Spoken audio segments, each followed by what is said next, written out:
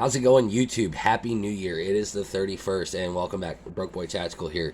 We hit 100 subscribers today. Thank you so much, everybody. Thank you. Seriously, that is 100 more subscribers than I thought I would ever have. That is a great way to start the new year. Thank you so much. Seriously, I went to bed last night with 99 subscribers, and still grateful, but kind of like, man, 99. Come on, let's get to 100. And I wake up today and I got 100. So, rock on. I appreciate it, guys. Today, we are taking a look at a QSP that I bought myself for Christmas. I've had this for about, since Christmas, so 5 days. And I got the QSP Osprey, or Osprey. Tell me how to pronounce that down in the comments below. I know it's a bird, that's all I know. But I don't know how to pronounce it. So, full disclosure, I have taken this knife apart. I have put my own edge on here. All I have done is put it back in the package because this is kind of my first pseudo giveaway. Don't get excited, guys. I'm giving this to my mom. I paid for everything myself on this channel, absolutely out of pocket. I have no sponsorships. I have nobody sending me knives to review. Everything that you have seen on my channel has come out of mine or my wife's wallet. So, there you go. But my mom does not have a knife. And I wanted to get her something nice, but I wanted to get her something easy to use, beginner friendly, because she's never really owned a pocket knife. And I've been really into knives for the past couple of years, and I saw her reaction when I opened this on Christmas Day, and she's like, "Ooh, that's so gorgeous!" And I knew immediately. I was like, "Well, I know who I'm giving this to." I bought this knife because it was $65, and for what you are getting, man, wow.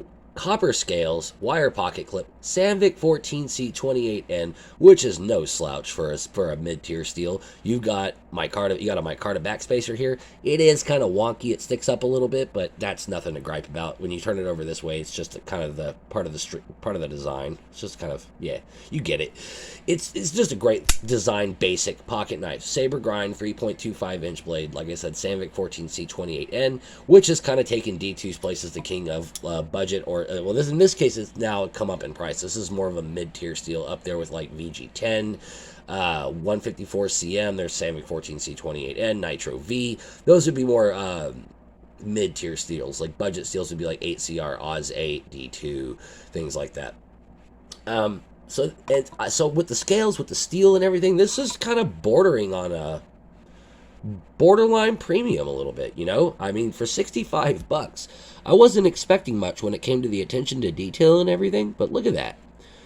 It's a pretty nice checkering for the money. Not too shabby, pretty grippy too. I was really worried that this wouldn't have much grip to it, but man, you can really get a purchase on this knife. The pivot screws, I mean, they're acceptable. The fit and finish on them was fine. I took this knife completely apart. You do have T6, which kind of sucks for disassembly. I think I kind of stripped this screw a little bit, but I'm pretty sure QSP has some for sale for like $2, and I can just order some more. Pocket clip is reversible for all you lefties out there, so that's a good thing. It's still a liner lock, so, you know, you're going to have to, you know, work around that probably with your thumb or something, but I'm sure lefties, you know how to do it. But so it is what would be considered lefty friendly, so that's a good thing. So for $65, guys, I'm finding not a whole lot to gripe about, but I do have one, the flipper tab here. Here's my deal. Obviously, your finger is supposed to go here like this, right? That's why it's there. It's supposed to be ergonomic and comfortable. And while you can fire this knife like that, the way you have to do it is even though the action on this is really good, like, no, it's not drop shut friendly, but if you just a couple of shakes, there you go. Totally acceptable in this price range. Good action. I blame the ability to fail this knife like that on the design of the flipper tab. It makes you kind of want to slide back, but as you heard that was really quiet. I wouldn't trust that lockup. You really got to push down with some oomph to get this knife open. It isn't necessarily a negative. There's just kind of a learning curve to it. A lot of flippers today, the flippers are kind of sticking out and they're really long, but they have this really great snappy action and you don't have to put a lot of pressure on it. This one's kind of the opposite. It's short and stubby and it feels ergonomic and you want to put your finger right here, but I wouldn't recommend flipping it open like that. You want to get your finger right here, flip that thing open. If you do it like that, it's going to fire every time. So it's just more of a nitpick than anything. That's my kid. She's throwing a fit about her tablet. Sorry about that. The edge on this was totally fine out of the box. It was sharp, but we all know factory edges, they can be better. This thing was at about 22 degrees when I got it. It was a very, very thin bevel. I went ahead and took this down to 17 degrees. There might still be kind of a burr on here. I just sharpened this today. Yeah, nice. Very easy to reprofile. This steel is very impressive for the money. Very impressed. Very, very, very impressed. Yeah, I could definitely use some more stropping, I think. But not going to complain too much. That is still laser beam sharp. Laser beam sharp. So, for my mom's first real knife, I think that this was a great choice. Liner locks are simple. Flipper tabs, you know, I mean, it doesn't really get much more simple than that unless you want like a lockback that you open like this. But, I don't know. That just seemed kind of boring. I wanted to get her something with a little bit of, you know, cool factor to it. You know, nothing feels cooler than firing open a pocket knife successfully. It just makes you feel good. It just does. So I think this is going to be a great knife for my mom. I'm sure I could have gotten her something, you know, less expensive, but to be honest with you guys, this was for me at first.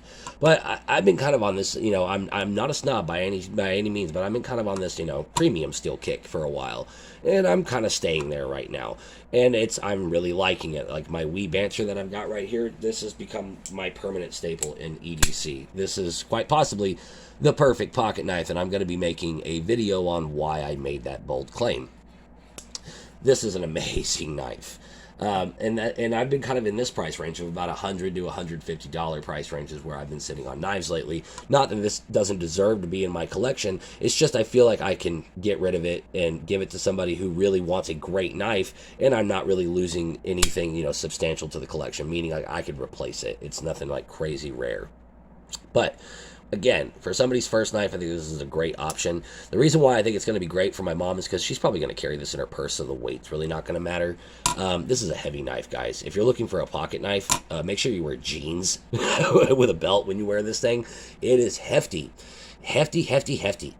But other than that, it's got a very simple ergonomic design. You can get a nice full forefinger grip on here. You know, it's got good jimping right here on the spine. Reverse grip. Not bad. You've got that guard there, you know, so you could do some, like, you know, stabbing cuts or something like that. I mean, this is a great knife for the money. $65 for the materials you're getting. I think that this is priced so appropriately, if not maybe on the low end. Yeah, it's a Chinese knife, but even for Chinese, like, you know, Civivi's gone up in price since they've made Sin Cut. This is a great knife for the money. So, do I recommend you get the Osprey over the Penguin? I'm going to have to say yes, because I have no experience with the Penguin, but the Penguin took the world by storm, and it's honestly what drew my eye to QSP in the first place. So, I hope my mom loves this knife. I hope you guys like this review. Can I say that I recommend you pick this knife up? Oh, yeah. I think you're going to be, for $65, I may buy this again. I may get a different handle material than the copper, because I may want to carry this in my pocket, but this knife in particular, with this steel, these ergonomics, oh yeah, this would make a great, great beater. Highly recommend it. So again, Happy New Year's, guys. I hope you enjoyed this. I hope my mom likes this knife. Happy New Year, Mom. I hope you see this. I love you guys. See you next time.